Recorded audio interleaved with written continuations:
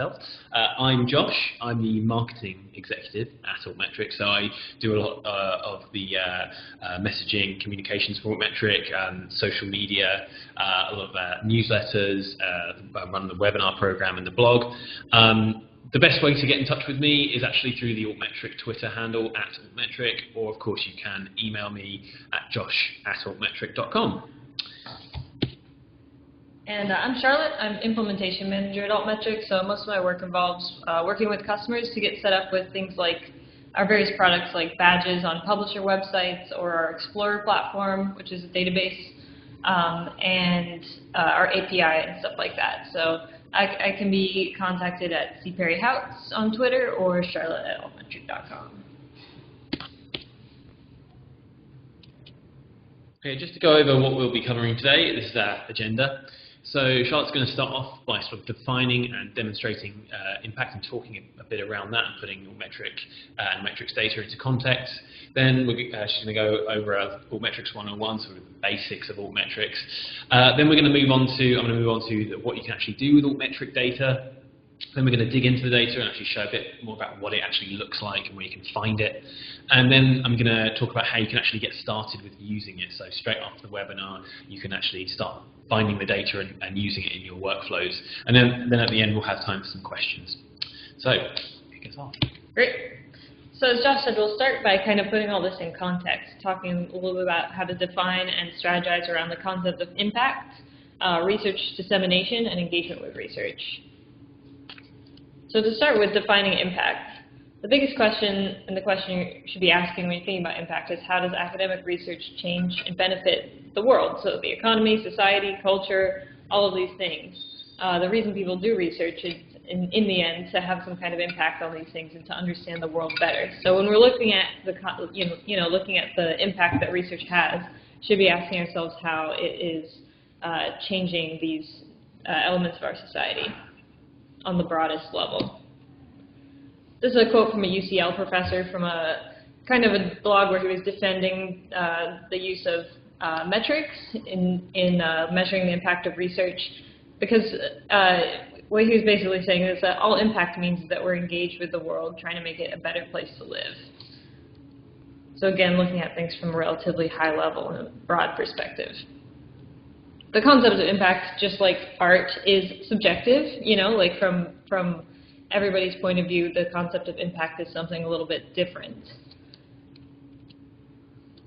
And there are many ways to measure and demonstrate impact. So for researchers, researchers are often looking at the impact of their work in order to report to funders or to their institutions, to fill out research assessments, and also to understand how their work is being received and used, which can also sort of inform to some extent the type of research they continue to do and the direction of their research. Publishers, of course, want to help those researchers and also their editors to extend the reach of their research and to understand where content is being discussed and shared. So they want to provide these metrics to their authors, and they also want to be able to use these metrics themselves to define a bit about their publishing strategy.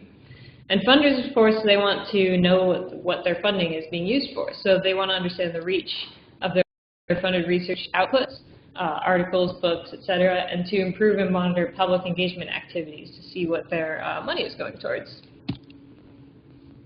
And then even to take a step back a little bit, the goals of research in general are quality. So ideally, as a researcher, you're aiming to produce scholarship that's robust, stands up to scrutiny, can be replicated, that people are engaging with, so beyond just necessarily other researchers, which of course you hope that people are engaging with your research in that category, but also policymakers, practitioners, and even the public. And another goal of research is to have an impact of some kind, so to know that your research is actually making a difference. Ideally, it advances the field in some way, maybe changes the way people think about or approach the topic of your research, and potentially changes practice. To give a little bit of context to the concept of altmetrics, traditional metrics consist of citation-based metrics. So these include article-level citation-based metrics, which are just things like citation counts, which is just the number of citations an article has received, a relative citation ratio, so how many citations your article has received in the context of the field that you're in. So compared to, you know, other papers about biodiversity, what's the citation ratio of your paper, for example? And the field-weighted citation ratio similarly. Journal-level metrics include things you've probably heard of, like the impact factor, and things you might not have heard of, like the eigenfactor. And then author-level metrics like the H-index and a bunch of variants around that. So there's all kinds of ways people have, you know, sliced and diced the way of looking at citation-based metrics, but essentially they come down to the degree to which other researchers are actually citing their research. So with that view of research impact in mind, Altmetrics recognize that traditional metrics only tell part of the story. So these bibliometrics, like the H-index, impact factor, and these things are largely at the journal level. They're a bit limited in how much they actually reveal about the engagement with research that's happening, especially because they only report academic engagement. So citations only represent the way people are engaging with research in in the same research circles, essentially. Whereas Altmetrics can help expand, you know, really broaden our view of research attention and enable researchers and organizations to understand and report on broader social attention to their work. Was there a question? Okay, so basically, yeah, traditional metrics are only the tip of the iceberg. And there's all these conversations going on below. So the limitations of traditional metrics, just to expand on that a little bit, they're narrow. Not all research is ever actually cited in traditional journals. The scope is quite limited in a way, so broader engagement beyond the academic community isn't captured. And they're not entirely accessible in some ways. So partly because not a lot of research is ever cited at all, people don't know what other types of engagement are happening out there besides that for research that doesn't get cited. And readers, editors, and authors have a way to kind of make their voices heard in a way using other types of metrics beyond citation-based metrics. The other thing is that traditional metrics, citations in particular, are often very slow to accrue. So it can take about 2 to 5 years on average for citations to appear for an article that was published, whereas Altmetrics, which we'll talk about in more depth shortly, are accrued immediately after publication. This is a graph we like to show that's sort of a typical timeline of attention. So if you look at the little spikes on the right side where it says months, citations often take at least months, if not years, to actually appear for a published article. On the left side, you have the time when the article is published. And I would say that this graph can actually be extended a bit to the left as well, because a lot of things start accruing attention even before they're published as a traditional journal article in the form of preprints and things like that, published data sets and stuff. So even before research is published, it can start receiving attention. But once it's published, you can see that based on this kind of illustration, you might start seeing tweets appear just hours or even minutes after the research is published. Soon after that, you might see press releases causing news outlets to pick up the research. Shortly thereafter, people might start sharing it on other social networks, blogging about it. It might make its way into Wikipedia. It might get featured as a research highlight, and then months later, it might be cited, possibly, if ever. Whereas, you know, you are basically, if you're only looking at citations, missing a whole bunch of rich data about ways people are engaging with research. And these days, research is a lot more accessible than it once was. So research doesn't just exist on library shelves in, you know, a periodicals section, but it's actually out there on the internet. A lot of it is open access. So people are using it from academia and practitioners to the general public and the media. People are actually able to look much more closely at research and scan the internet for things that they're interested in. Data is an interesting thing as well. So a lot of people, besides just publishing articles, are these days publishing their data and other supporting information. And those things are getting their own identifiers and also getting their own attention. So Altmetrics can actually track any digital object beyond just a traditional journal article, which is produced in the research life cycle. So anything from data to supporting videos and things like that, besides just traditional articles. These are just a couple examples of those types of outputs. So these are 2 things that were posted on Figshare, which is a data sharing platform. On the left side, you have a video somebody posted as a supporting information file for a published paper, and it's a bunch of videos of dancing. And then on the right side, you have an Altmetric details page showing the attention to something else posted on Figshare, which was not a journal article, but just a bunch of PDFs where you can look at dinosaur bones in 3D. So all kinds of really cool stuff that aren't just journal articles are getting attention. To talk about the basics of Altmetrics a little bit, what does the term Altmetrics mean? So Altmetrics refers to alternative metrics. And what do they track? Altmetrics track online engagement with digitally published research objects. So those are the two broadest level ways of describing what Altmetrics are and what they track. So in scholarly and scientific publishing, Altmetrics are non-traditional metrics proposed as an alternative or complement to more traditional citation impact metrics, such as impact factor and H-index. So this quote kind of, I wanted to bring it up because we do like to refer to Altmetrics more as a complement to rather than necessarily an alternative to traditional metrics, because they, of course, serve an important purpose as well and can tell you a lot about the way people are engaging with research. But Alt, we would like to say complementary to traditional citation metrics, and metrics is basically we have a score, which is an indicator, whereas we also have a whole bunch of underlying qualitative data that tells you specifically who's saying what about the research. So while we do have a score, and you can look at it as a metric, very importantly, it's just an indicator. So we track attention to scholarly outputs across a whole bunch of different sources of mentions. So from peer reviews to Wikipedia citations to policy. We do also track, bookmarks on reference managers like Mendeley, mentions on Twitter, blogs, etc. Why use Altmetrics? Again, they provide real-time and immediate feedback to attention to scholarly content. You can use Altmetrics to track attention to a very broad range of research outputs. So like I was saying, not just articles, but also data sets, working papers, code, videos, other types of stuff like that. And funders these days are really interested in seeing a broader picture of engagement. So beyond just, like I said, the way people within the academic community are engaging with research, they want to see how people across society are engaging with research. And Altmetrics can also capture more diverse flavors of impacts than just citation-based metrics. So from beyond just how academic people are engaging with research, also maybe how's your research being put into practice in policy or in patents and things like that. There are limitations, just like there are limitations to the traditional metrics.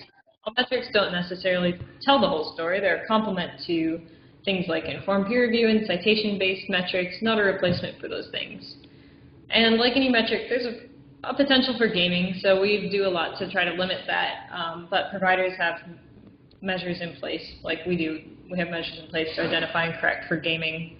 And importantly, we really like to highlight that people should be looking at the underlying qualitative data more than they should be looking at simply the Altmetric attention score. And of course, Altmetrics are also quite new. Even though we're learning a lot about how often research is shared online, we don't.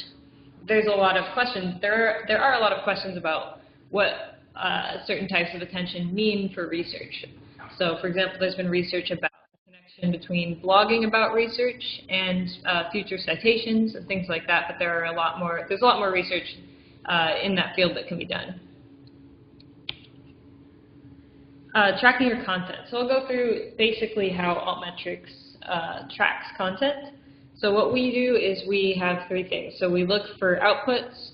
So those are journal articles, they're data sets, all kinds of stuff. Those outputs need to have an identifier. So things like DOIs, PubMed IDs, handles, they have to be attached to the output at its place of publication. And then we look for mentions of those outputs in the sources that we track. So those sources that we track, mentioned sources, include the things shown on this donut here. So we've got different colors in the donut for each of the different mention sources. So you can see if you have a Altmetric score on your article and it's all this light blue like it shows at the bottom, it means that you've gotten a lot of tweets. If it's got some red in it, that means you've got some news attention. Blogs, we track syllabi through the Open Syllabus project. Wikipedia, we track mentions of research on Wikipedia, so basically Wikipedia citations. Patents are our newest source, and it's quite exciting. So we have patents tracked across different jurisdictions of the world. Policy is a source that people are generally quite excited about. So we track mentions from, actually this should be updated, I think it's now 50 global sources, and we're always adding more policy sources. And peer review, so we do track stuff like post-publication peer reviews from Publons and PubPeer, and then news from thousands of sources across the world. Blogs, like I was mentioning a moment ago, have a really interesting impact on the citations later on in the research life cycle, so they're a really interesting source to look at. And we're always adding more of these sources. So again, those attention sources are news outlets and blogs with global coverage, policy documents with international representation, and we're always adding more. Reference managers are kind of interesting. You can see how many people are looking at your research on Mendeley, sites you like, and stuff like that, and then also reader counts. Social media is kind of what Altmetrics are known for in a way, but as you can see, it's much more than just social media, but it's quite interesting to look at who's sharing your research on Twitter, Facebook, and Google Plus in public posts, and then post-pub peer review, and some of these other sources are really fascinating, like Reddit, Q&A, so things like the Conversation, Open Syllabus Project, Patents, YouTube, Scopus. And we've also just recently added Dimension citations, actually, which is another source that tells you citation counts.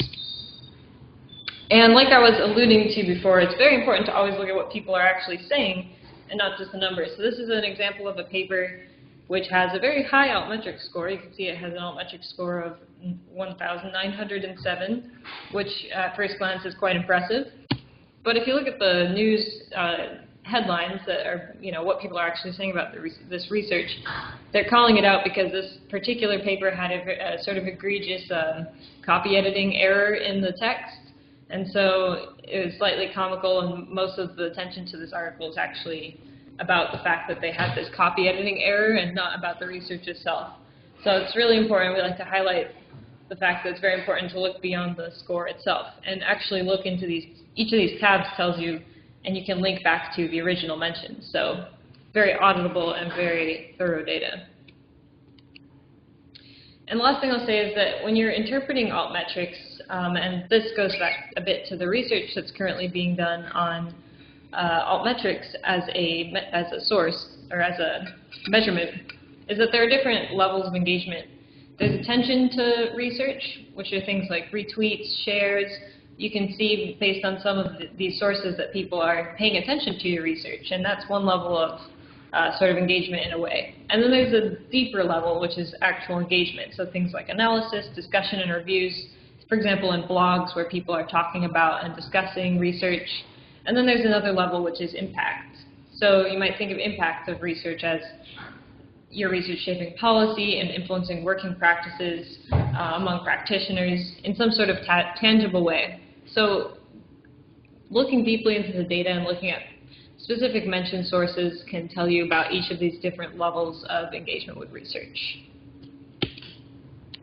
And this is further to that point.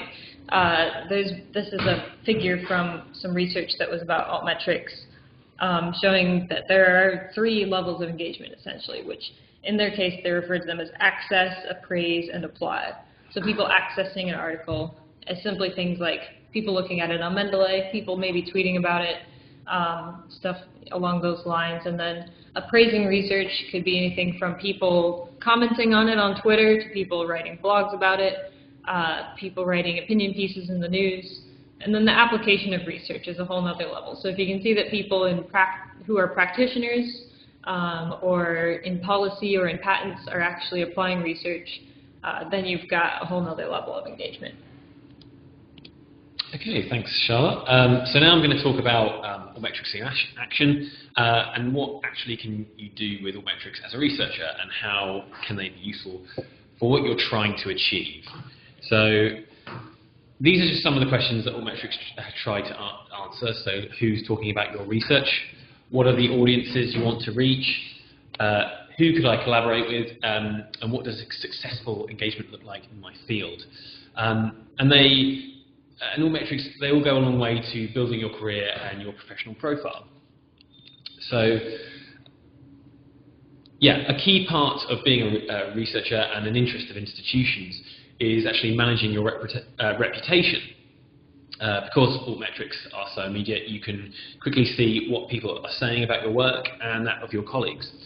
So even if you're not tweeting or blogging yourself, it doesn't mean that other people aren't using the platform to discuss your publications.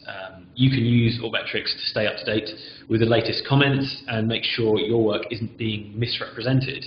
And if it is, you can always step in and offer a response to clarify maybe your research. These insights also provide an opportunity to build relationships with new audiences and peers. Tracking what happens after your work is published and being able to communicate that to others is also an important element of conducting academic research. If you're lined up for annual review, for instance, or want to enhance your CV, Altmetrics are an easy way to find evidence of engagement to showcase. You can show, for example, that people in specific regions of the world are discussing your work, or that it's been discussed on Twitter or Facebook, or included in something like a policy document, for example. This kind of thing can also be really useful when you're applying for funding. As Charlotte sort of mentioned earlier, adding information on engagement relating to any previous projects that you've worked on can offer context and additional insights for review panels. Increasingly, funders are actually asking this kind of thing. How will you communicate your work to a broader audience, for instance, and what are the real-world impacts of your research? Altmetrics, as Charlotte sort of mentioned earlier, aren't the full answer, but they can offer a sort of starting point for this. So many of you will be starting to grow your network and find new collaborators, and you can consider Altmetrics yet another great way to actually make friends. If you're looking for collaborators from a specific specialism or in a certain region, you can actually use Altmetrics to see who is talking about and sharing your work in a specific discipline or geography, and then you can actually reach out to them. You might even find researchers you hadn't come across before who are already engaging with your work, who might be great future research partners. So, yeah. And if you want to stay ahead of what's important, to know what's happening in your discipline, or even try to spot new directions in your field early, publishers, Altmetrics can help you do that. Publishers are starting to use Altmetrics to showcase top articles across their portfolio in specific fields. Here's an example of that. What gets attention now won't be cited in published work for at least a few months, as Charlotte covered earlier. So Altmetrics can provide an early indicator for the future direction of your field.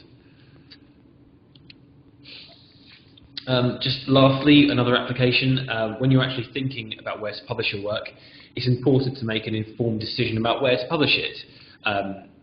You'll, of course, already be considering the scope of journals or the backlist monograph publishers, but what about additional support that they offer? What kind of marketing support?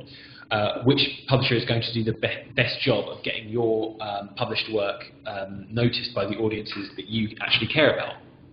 So you can actually use Altmetrics. This is a screenshot from the Altmetric Explorer platform, which I'll talk about later. So this, for this screenshot, you can compare the amount of attention items in different journals or from a different publisher to make a more informed decision about the best publishing option for you. So I just wanted to cover how Altmetrics can be used in outreach strategies, a few examples of outreach strategies that we've seen some of the researchers using our data, how they've been using it to help get people engaged with their work. So yeah, you can actually use Altmetrics data to put together an outreach strategy. By looking at Altmetrics data, you can see where other academics in your field are sharing your research online, and actually make a more informed decision about which channels are best to share your research on, whether that's Twitter, Facebook, a blog, or any of the channels mentioned by Charlotte earlier. When sharing your research online, though, we do remember to share a link to the page that includes the researcher's unique identifier, like the DOI, Archive ID, or PubMed ID. Usually these can be found on the publisher page for the article or on the institutional repository page for your article as well. So yeah, they normally include the unique identifier, which you should use in your link. So yeah, just to cover off some actual tips that we've sort of put together. These are covered off in some of our guides that are on our website, but I just wanted to kind of highlight them there. So here's some tips that we would recommend to researchers for attracting attention to your work. So firstly, write a lay summary and introduce your research via relevant discussion lists or online forums. You can also upload and make available the data, images, posters and other files that are associated with your work via a digital online repository. One that we would recommend is Figshare. You may have heard of it. It's another digital science company like Altmetric is. So yeah, that's a digital repository where you can upload like your data and your images and posters and your paper for free and get it on the web that way. Start a blog or contribute to an existing one. This is a great way to build your online profile and actually position your research how you would like it. And also, yeah, reach out to key bloggers in your field, make them aware of your work. You can do this by looking at the Altmetric details page or for other articles in your discipline to see who might be interested. Include a link to your work in your email signature. This is quite an easy one, or your online profile or CV. Yeah, it's a very easy, quick one to do. Just make sure that people in your network are seeing your latest research. You can work with your press office at your institution or at your publisher to announce the publication of your research. Share links to your work via Twitter, we've mentioned this a few times now, or other social media platforms, especially if you're presenting or attending a conference. These are really good ways of kind of using hashtags for the conference, perhaps, to kind of broaden the reach of your research to the sort of people that may be interested. We'd also recommend to register for an ORCID ID and populate your profile so that others can just discover your work, and make your work available via open access where possible, and share links to the full text outputs via social media we mentioned. So yeah, I'm just going to sort of show some examples and take a closer look at some of the different examples of the data and what it actually looks like. So yeah, in this book chapter on computational approaches to online political expression, this was actually published in 2003. The subject of the chapter became relevant again in 2017, which has led to it being mentioned in a blog. We have picked up this mention, which you can actually see in the details page here.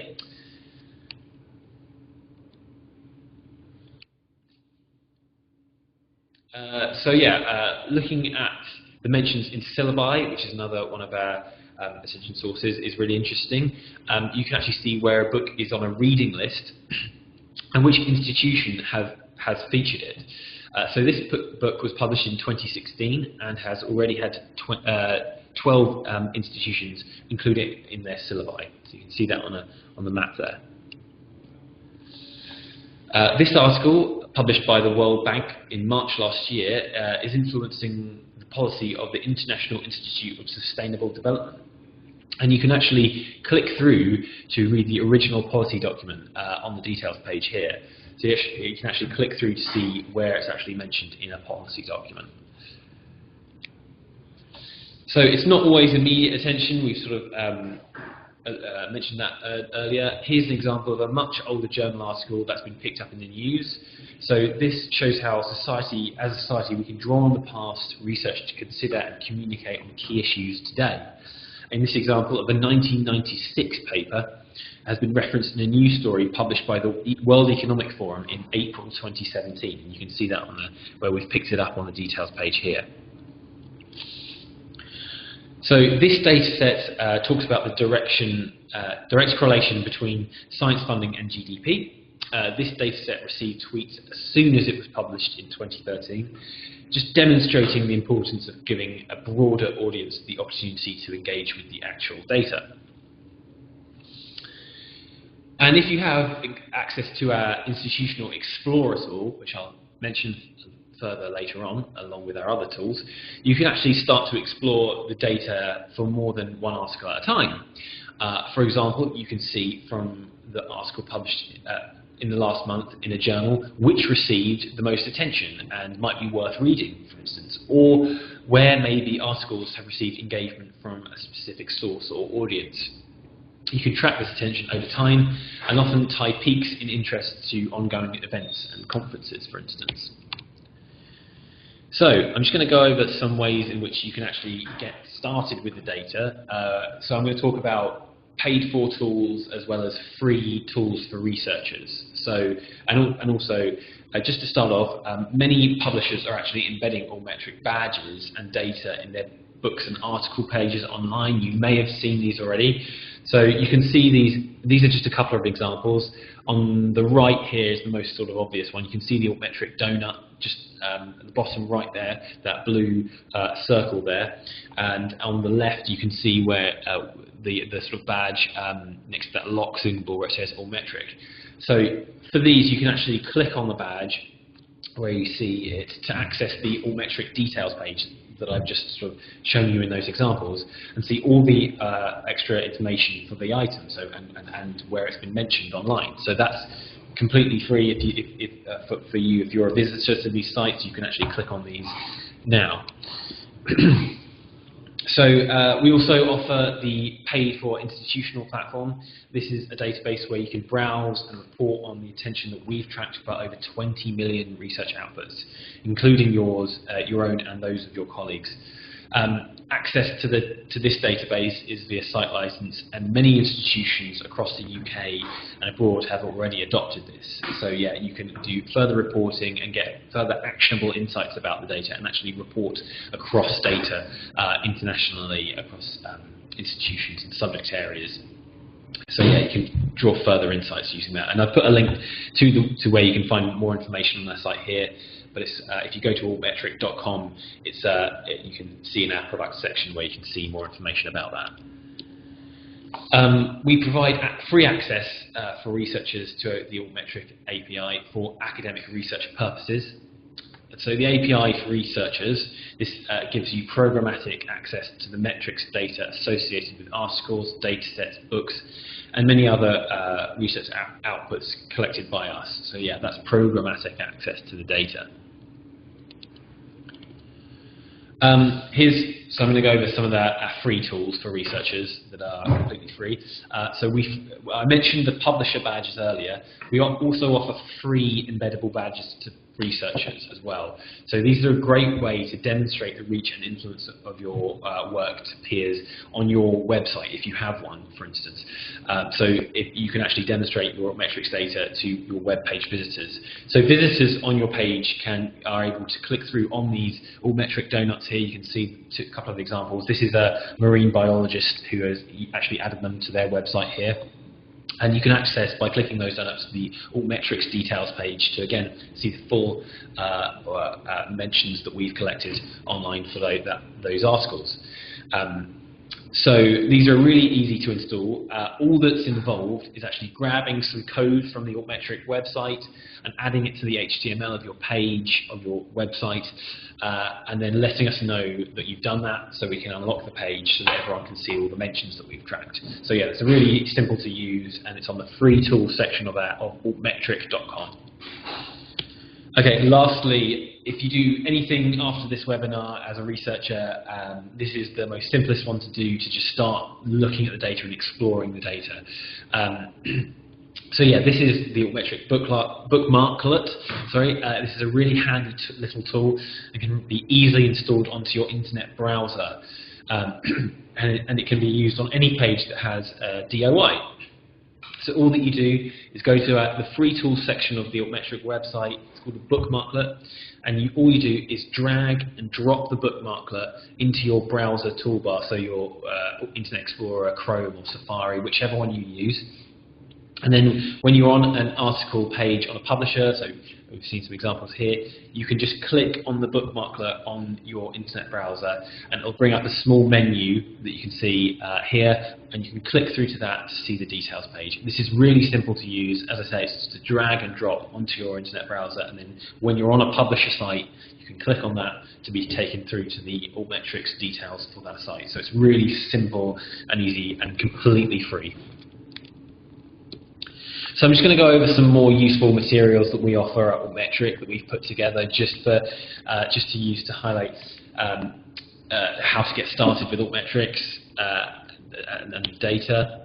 So we actually have a really useful kind of tips and tricks webpage on the Altmetric website on altmetric.com. This includes useful kind of downloadable handouts and links out to videos, so really quick guides for researchers, institutions, librarians, and also publishers we've got on there. And they're just really quick guides that you can use to get started with the data and put it into a bit more context for maybe certain tasks that you want to use it for. We've also got a YouTube page with all of our webinars and any guides that we've put together for researchers. So we have recorded webinars on specific subjects, and then we have very short 2 or 3 minute videos for researchers and librarians to just for how to get started with the data, and that's on our YouTube page. So all you need to do to see that is go to YouTube and search Altmetric. We have a support site which offers all the details you need to know about our data, how it's collected, how the attention store is calculated, and much more, and any kind of like FAQ documents that you might need. You can also ask us questions via the support site. That's accessible via, again, altmetric.com, and then there's a support, in the menu there's a section for support there, which you can click through to this. We've put together this separate site altogether for anyone getting started with the data, with Altmetrics data. It's called whatarealtmetrics.com, and it's just a really great way. It's just a separate site to ours, and that we've put together, and it just has, again, more guides and user examples and real life user examples for people that have used our data. So yeah, it's got guides, videos, and then outside resources from different websites that have talked and blogs that have talked about using the data as well. So yeah, that's just a sort of a wider guide, not just our tools and data. So we've put links to other people's guides on that one. So that's whatarealtmetrics.com. So yeah, that's all from us. That's all we wanted to kind of cover. Again, just to sort of reiterate the website again, it's altmetric.com, and if you have any questions for us after the webinar, do email us at info@altmetric.com. But yeah, if you have any questions now, we'll be happy to try and answer those. Thank you very much, Charlotte and Josh. I think this talk was very, very relevant, especially for the people who are here. I know there's a lot of people here who are working in the libraries and other places where they have to talk to researchers about how to make their research more visible. I was just specifically looking at the link on the tips and tricks page, which I've pasted also in the Etherpad at line 81, for people who are really, really useful, and really will save people so much time to have to put together training material. I love it. I think it's fantastic. Thank you very much for creating that and making that available. Yeah, no problem. Also, just to let you know, whenever we do produce a new guide or a video, we do tweet it out. So if you are on Twitter, I would recommend following us just for our latest guides and information. Great. That's always useful. In South Africa and the rest of Africa, we have a very I think mostly researchers are not used to using Twitter for research purposes yet. So we are trying to create some awareness. And for people who are in the room today, we have run a session on using Twitter in academia as well last month, 2 months ago. And that talk and the slides are also available. I'll share that in the Etherpad. But I would like to know from the audience, are there any questions from you that you would like to ask Josh and Charlotte? You're welcome to unmute your microphone. If you are unable to talk because of technical difficulties or the setup in your, you can also ask the questions in the Etherpad or on the chat area. Thanks, Angelique. Glad that you're enjoying the talk. So are there any questions at the moment from the audience?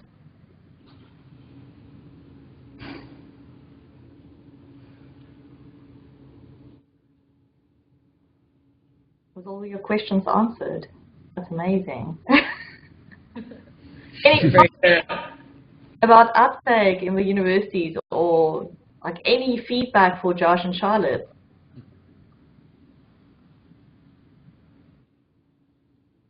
While we wait for people to comment or ask questions, I just have a question about your email address that you gave, Josh. What is it? info@altmetric? Yes, info@altmetric.com. That's one of our, info@altmetric, that's exactly right, that you put there in the Etherpad. Also, if you have any questions, or if you're using our tools, we also have support@altmetric.com for any kind of more specific questions. I'll just put that in the Etherpad as well.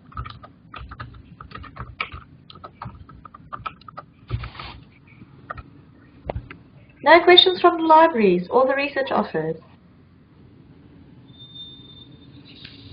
So maybe for people who are not aware, we are, DHET, if you know DHET, the Data Intensive Research Initiative in South Africa, is running a pilot phase at the moment with some universities in South Africa to implement Figshare as their preferred institutional data repository. I was just quickly Googling while Charlotte and Josh were talking, and I know UCT, WC, Pretoria, and if I have it right, KwaZulu-Natal. Unfortunately, DHET's website is down at the moment, so I can't put that link here. But for people who are interested to know more about Figshare in South Africa, you can go to the DHET website, which I will put on the Etherpad as well. Yeah, Figshare is a really great tool for data sharing and sharing really any type of content, because it really links up all the different parts of the cycle of research and sharing of research. So they have really good metadata, and they integrate the Altmetric badges right into their platform and everything, and it's free to use for researchers, so it's pretty great.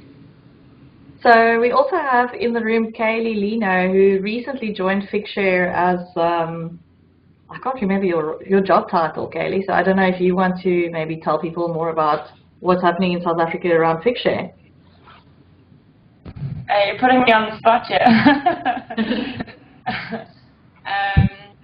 Yeah, sure. I was here more from my student side of things, but it's always nice to be able to cross over.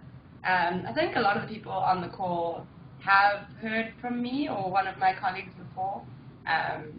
But yeah, we're basically running a consortium, Figshare consortium in South Africa. It's not compulsory, but it's basically we're offering quite heavily discounted pricing to help you set up an institutional data repository, or both institutional papers repository and for your theses and dissertations and your data. And because we have quite a few universities already implementing, and I think about 4 who are live and running the service, we're open to any other South African, also Southern African universities. So if you'd like to get more information, you can contact me, kay@figshare.com. Yeah. Thanks for doing that to you.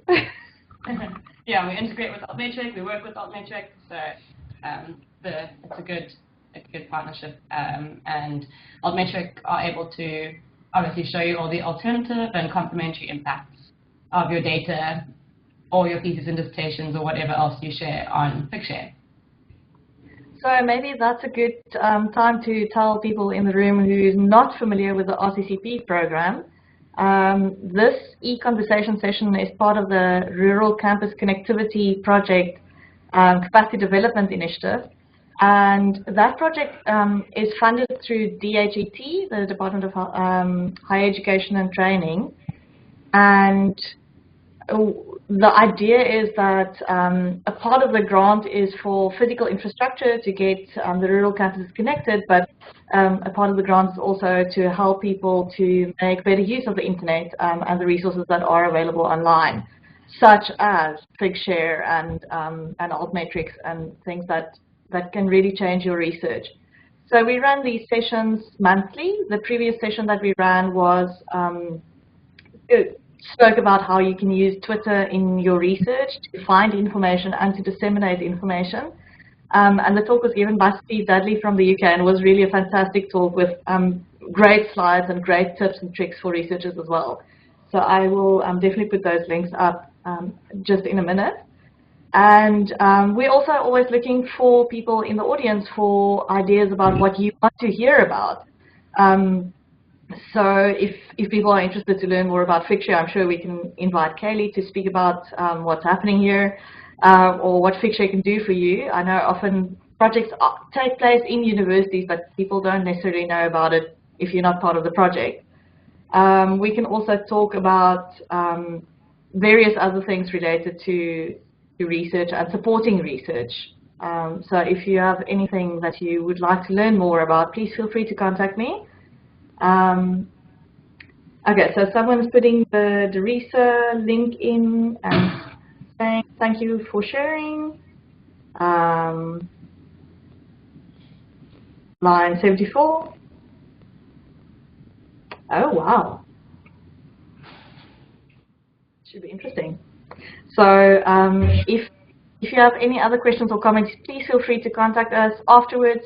You've got the emails of the Altmetric folks, Charlotte and Josh. You've got my email address, and now you also have Kaylee's email address.